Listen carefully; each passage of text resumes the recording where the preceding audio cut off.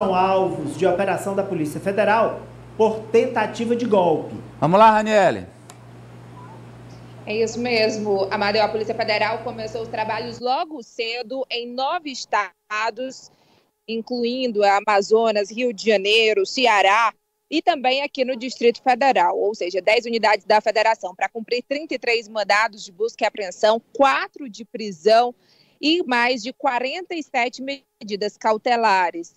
O principal objetivo da Polícia Federal é investigar uma organização criminosa. Primeiro, causar um discurso de fraude nas eleições e depois tentar aplicar um golpe de Estado. Os crimes investigados são exatamente esses: organização criminosa, tentativa de golpe de Estado e também abolição violenta ao Estado Democrático de Direito. E dentre os alvos chama a atenção o ex-presidente da República, Jair Bolsonaro, foi um dos alvos de mandados de busca e apreensão.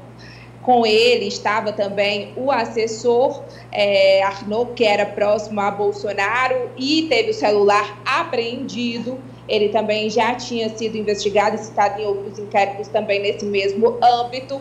Bolsonaro, por meio do seu assessor, Fábio Weingarten, colocou nas redes sociais que, inclusive, determinou que o assessor retornasse para sua casa em Brasília, obedecendo uma medida cautelar que foi autorizada pelo ministro Alexandre de Moraes, do Supremo Tribunal Federal. Essa operação foi a pedido da PF, embasada nos documentos do Ministério Público Federal e autorizadas pelo ministro Alexandre de Moraes. E Bolsonaro também teve o seu passaporte apreendido, isso já aqui em Brasília, na sede do PL, partido em que Bolsonaro é o presidente de honra, faz parte, e a sede fica aqui pertinho da Polícia Federal, onde a gente está nesse exato momento. Tem as imagens aí dos agentes chegando com o passaporte do Bolsonaro. Os investigados, eles não podem se comunicar entre si. Também, dentre os alvos, chama a atenção a quantidade de militares, são 16 militares alvos dessa operação, incluindo ex-ministros, como, por exemplo, o general... Tem uma lista, né, Amadeu? General Augusto Heleno, a gente tem aí, ó, segurança. Raniele, vamos lá, Ari, os alvos da operação de hoje. Bolsonaro, ex-presidente da República. General Augusto Heleno, ex-chefe do Gabinete de Segurança Institucional, o GSI. Anderson Torres, delegado da Polícia Federal e ex-ministro da Justiça. General Braga Neto, ex-ministro da Defesa e da Casa Civil. General Paulo Sérgio Nogueira, ex-ministro da Defesa. General Estevam Caos Teófilo, ex-chefe do Comando de Operações Terrestres do Exército. Almirante Almir Garnier Santos, ex-comandante-geral da Marinha. Valdemar da Costa Neto, presidente do PL, partido de Bolsonaro. Técio Arnaud Tomás, ex-assessor de Bolsonaro. Ailton Barros, coronel reformado do Exército. Esses os principais alvos da operação de hoje da Polícia Federal. Eu vou para a manchete 2 da Raniele, Ari, porque ela traz que a delação, tudo isso, quer dizer, o resultado, essa operação é resultado do que a polícia encontrou nas evidências, provas entregues por Mauro Cid em delação premiada. Vai lá. Delação de Mauro Cid revela que minuta do golpe determinava a prisão de Rodrigo Pacheco, Gilmar Mendes e Alexandre de Moraes. Inclusive, Nájila, durante a fala da Raniele, a gente pode ir colocando aí a decisão do ministro, né? E a argumentação da Polícia Federal. Pois não, Raniele? Exatamente, Amadeu. São 4 documentos aí que a gente teve a quebra de sigilo que embasaram essa decisão de hoje, dessa operação.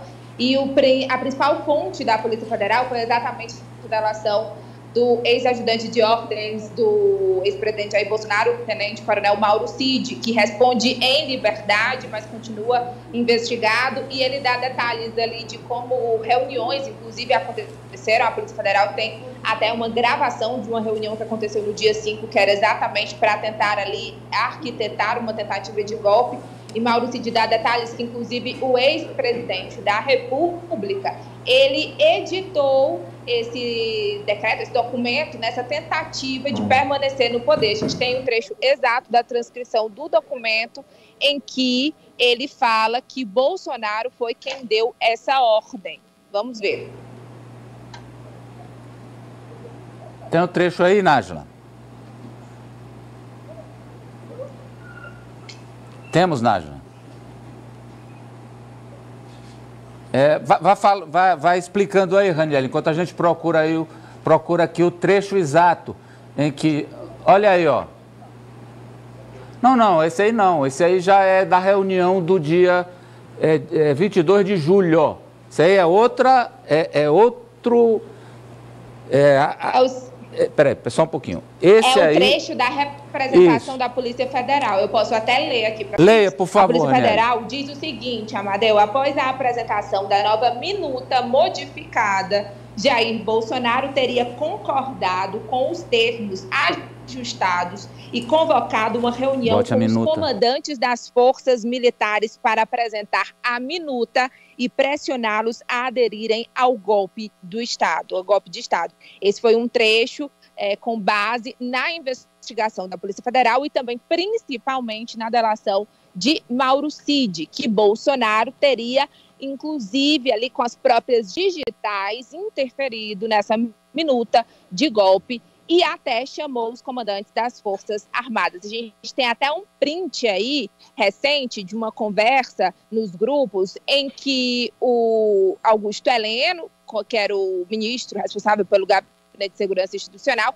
pressiona o general Freire Gomes, que era o comandante do Exército, que foi o que não mostrou ali nenhuma simpatia para esse golpe que eles estavam tentando tramar, mas quem mostrou total simpatia, inclusive nesses documentos também, que foram quebrados o sigilo agora há pouco, Alexandre de Moraes descreve que o almirante, que era o comandante da Marinha, Garnier Santos, esse sim colocou as tropas à disposição de um possível golpe.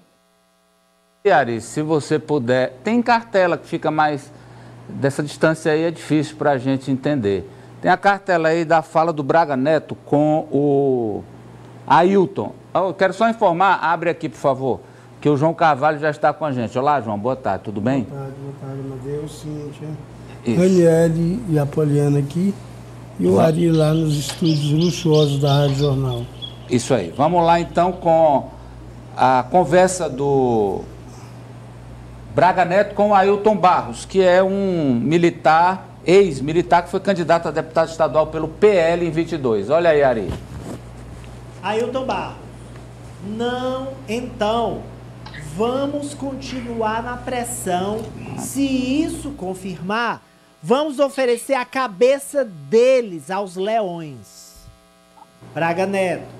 Oferece a cabeça dele, cagão, em frente à residência do general Freire Gomes agora. Bem, esses eram os termos utilizados por eles. Sim. Põe de novo aí o print, porque isso está disponibilizado na decisão aí do Moraes.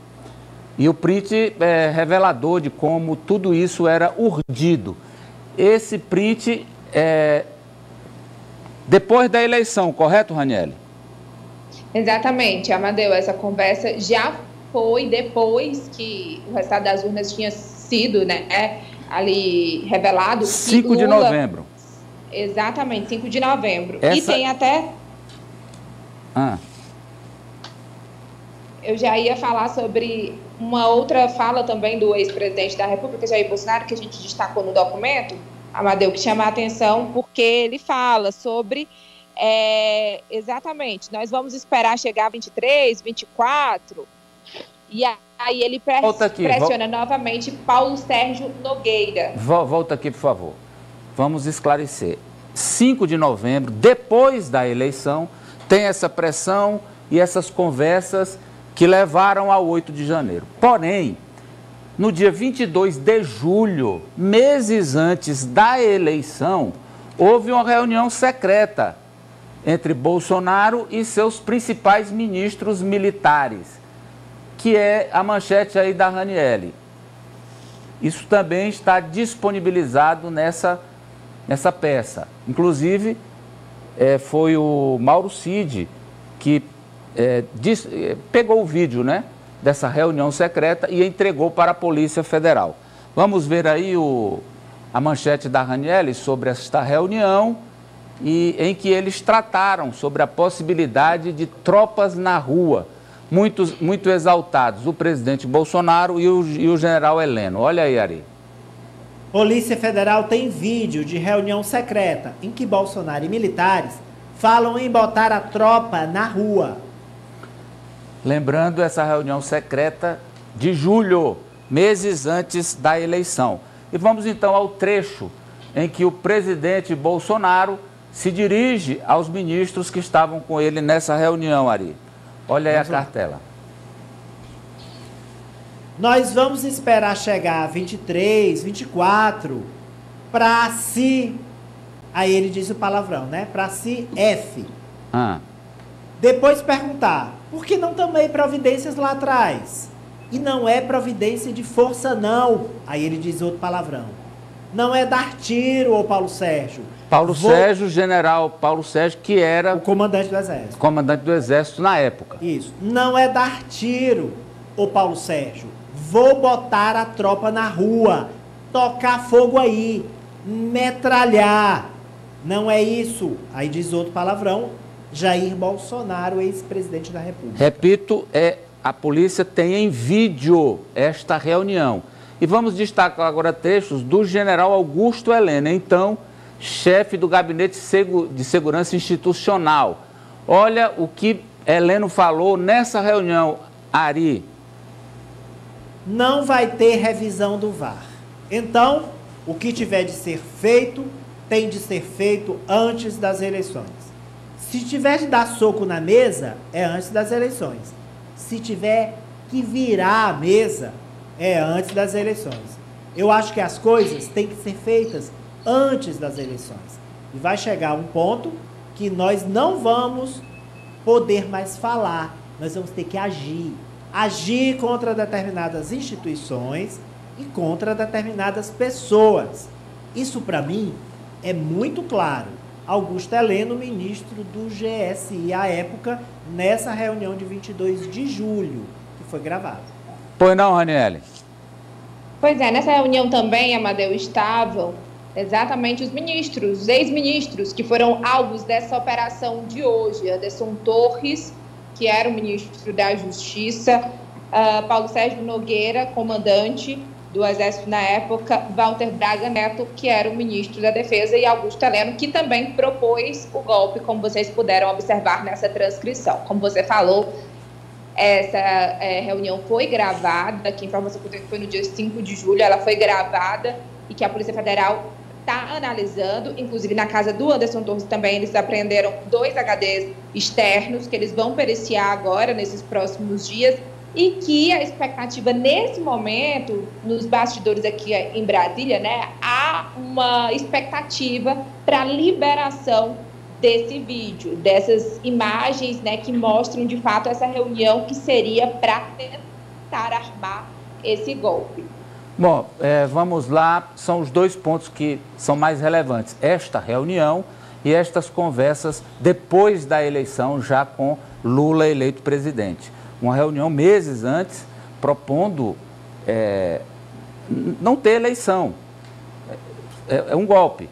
E a outra propondo a destituição de ministros, a prisão de ministros das Cortes Superiores, do presidente do Senado e uma virada de mesa.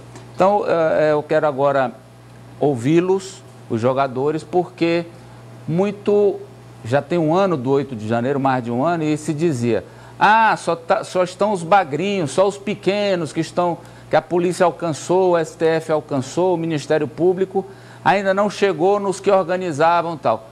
Imagino eu que é porque a polícia estava coletando, juntando essas provas, Ari. Amadeu, tinha de chegar. Foi com atraso, porque há mais de um ano que aconteceu e diante de uma tentativa de solapar a democracia no Brasil, nós que somos democratas, a gente quer uma resposta rápida, mas tudo a seu tempo. Agora, o que é preciso que você entenda? A gente não está falando mais de uma massa de manobra vandalizando as sedes dos 3 poderes. A A gente está falando de uma organização criminosa formada por generais do Exército, formada pelo ex-presidente da República e assessores fascistas, assessores supremacistas, que divididos em 6 núcleos diferentes, com estratégia, com documento elaborado por advogado, dizendo passo a passo como ia ser dado o golpe, desde as justificativas toscas que iam ser feitas até a tomada do poder pelo ex-presidente, é um grupo criminoso que precisa ser punido com rigor. Ele já foi punido politicamente ao ser tornado inelegível, mas ele e os outros precisam ser punidos criminalmente agora, porque são crimes muito graves, e se esse plano engendrado nesses 6 núcleos, que iam desde divulgação de fake news para o tiozinho do WhatsApp reproduzir, até propriamente tentar convencer o Exército a colocar os tanques nas ruas, se isso não for feita, essa punição rigorosa, vai ficar um sentimento de frustração muito grande, e é um recado muito perigoso para que futuros golpistas venham a agir. Eu acho que tem que ser punição rigorosa e exemplar a partir dessas provas contundentes. Cíntia. Amadeu, essa é a operação mais importante até agora, referente aos atos golpistas de 8 de janeiro. E eu queria destacar alguns pontos. A gente já viu que é farto, a documentação suficiente para... tem muita prova ali naquela decisão do ministro Alexandre de Moraes. E antes que alguém diga, mas eles não conseguiram dar um golpe. São crimes que não precisam ser consumados para terem uma imputação. Isso já diante de qualquer contestação, e eu digo isso porque é a contestação principal nas redes sociais bolsonaristas. Mas eu queria chamar a atenção para um outro aspecto, é o fato de que essa operação deu-se na gestão de Lewandowski, Ricardo Lewandowski, que é o ministro menos político do que Flávio Dino. E esse aspecto, ele não deve ser descartado, ele não é fora de contexto. Ele faz, sim, parte de uma estratégia para que não houvesse um maior peso sobre o Supremo Tribunal Federal, como já existe.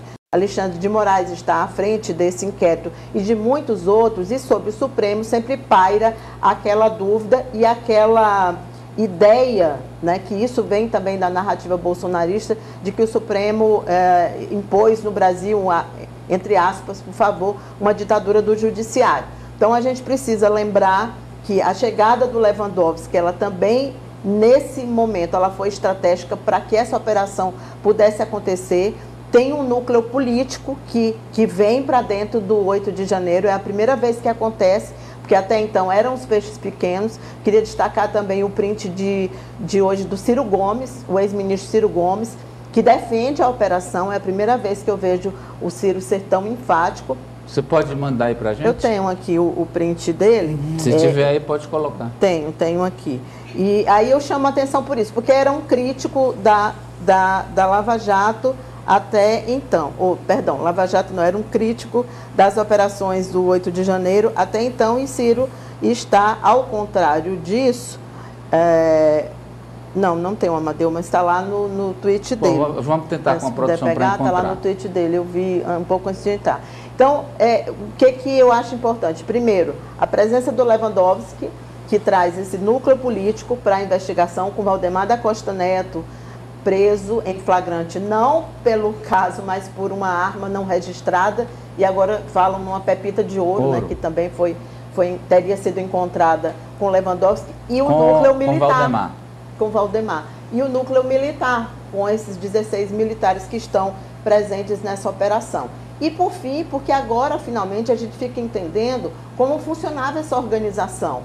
Tem uma situação em que o Rafael Martins, que foi preso, ele usava um telefone com prefixo dos Estados Unidos para mandar, para ordenar aquilo que o Alexandre de Moraes considera como parte de um dos eixos que era aquele eixo inicial das fake news, né, de produzir uma narrativa falsa sobre urnas eletrônicas, sobre eleições, e isso dava início a todo o processo de descrédito, tentativa de descrédito das urnas eletrônicas. E, por fim, eu queria falar dos militares, mas eu queria chamar a atenção para esse print que você trouxe aqui, do general Augusto Heleno. A gente vê que há uma discordância entre eles de como se daria esse golpe. Heleno, por exemplo, não era a favor de depois. Você vê que ele diz, não vai ter revisão do VAR, tem que ser antes. Então, o Heleno, sobre enquanto ele não o Bolsonaro se pode dizer, tiver com a caneta no poder. Enquanto tiver na mão, porque depois a gente não pode. Então, sobre o general Heleno, não se pode dizer, pelo menos, se a gente levar em conta somente essa conversa, que ele fosse a favor de que houvesse uma nova tentativa, inclusive com o 8 de janeiro. Ele defendia que houvesse antes aquela GLO e tudo aquilo para colocar a tropa na rua. Então, eu acho que isso também pesa no fato de que vários militares estão hoje dentro dessa operação, ao todo 16 e estrelados. Não são quaisquer militares, né? São e destacar a resistência que houve. A resistência do próprio comando do Exército e militares. E dentre eles, a dissidência entre eles. Isso também fica claro, né? Isso. Ah, não faz isso porque você aí soltava o faladão, você é isso, você é aquilo. O Garnier, sim, esse teria colocado a tropa na rua, outros já não teriam. Então, acho que essa dissidência também, ela existia. Que não houve a unanimidade entre os militares da ativa, porque entre os inativos parecia que a coisa ia acontecer com a aprovação de todos. Mas os da ativa é que rechaçaram e fizeram ali uma linha de contenção para evitar o golpe. O print do Ciro está aí, ó. Está aí, né? Olha o print do Ciro aí. Ari, por favor. Não sei, eu vou ler aqui, se você está distante para você. Não, tá não. Então vai. Se não cair no estrelismo e tiver disciplina para seguir o melhor direito, a decisão do STF anunciada hoje pode ter importância histórica. Não são os vândalos que, apesar de criminosamente terem depredado o patrimônio público, os verdadeiros golpistas. Agora, os peixes grandes finalmente são chamados à sua responsabilidade. Estes tentaram o golpe bem antes do 8 de janeiro. Não praticaram por falta de condições objetivas na comunidade internacional e pela reação em contrário dos comandantes do Exército e da Aeronáutica da época. O mentor foi Jair Bolsonaro. Seu Estado-Maior está alcançado pelas providências de hoje, tomadas com ordem judicial pela Polícia Federal. Faltam empresários, mas é um excelente começo de conversa. Vamos ressaltar que todos os brasileiros devem acompanhar com a máxima atenção os desdobramentos da Operação Tempus Veritatis. Há valores fundamentais em jogo que não podem se anular e nem se sobrepor. São eles a defesa intransigente da democracia e a punição dos que conspirarem e agirem contra ela. Estejam eles onde estiver, desde que se tenha provas concretas que sustentem a acusação. 2.